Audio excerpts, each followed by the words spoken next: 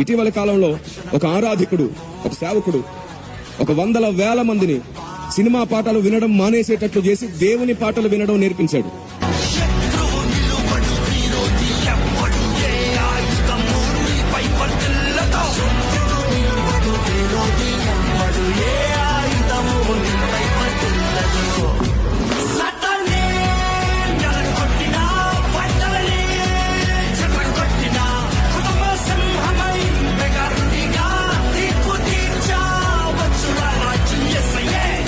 First వారికి ఒక మంచి లక్షణం అలవాటైంది.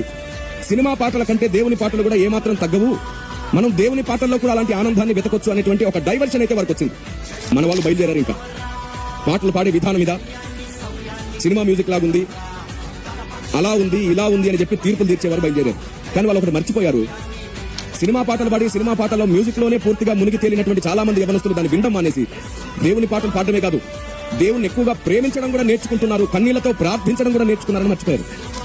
అలాగే పైరూపాన్ని బట్టి తీర్పు తీర్చేవారు అనేకులు, వేలు చూపును బట్టి తీర్పు తీర్చేవారు అనేకులు. అలాంటి స్వభావం ఒకవేళ మీలో ఇక్కడున్న వారిలో ఉంటే గుర్తుంచుకోండి, మీ దినములు ఈ ముగింపు దినాలలో త్వరగానే ముగియబోతున్నాయి.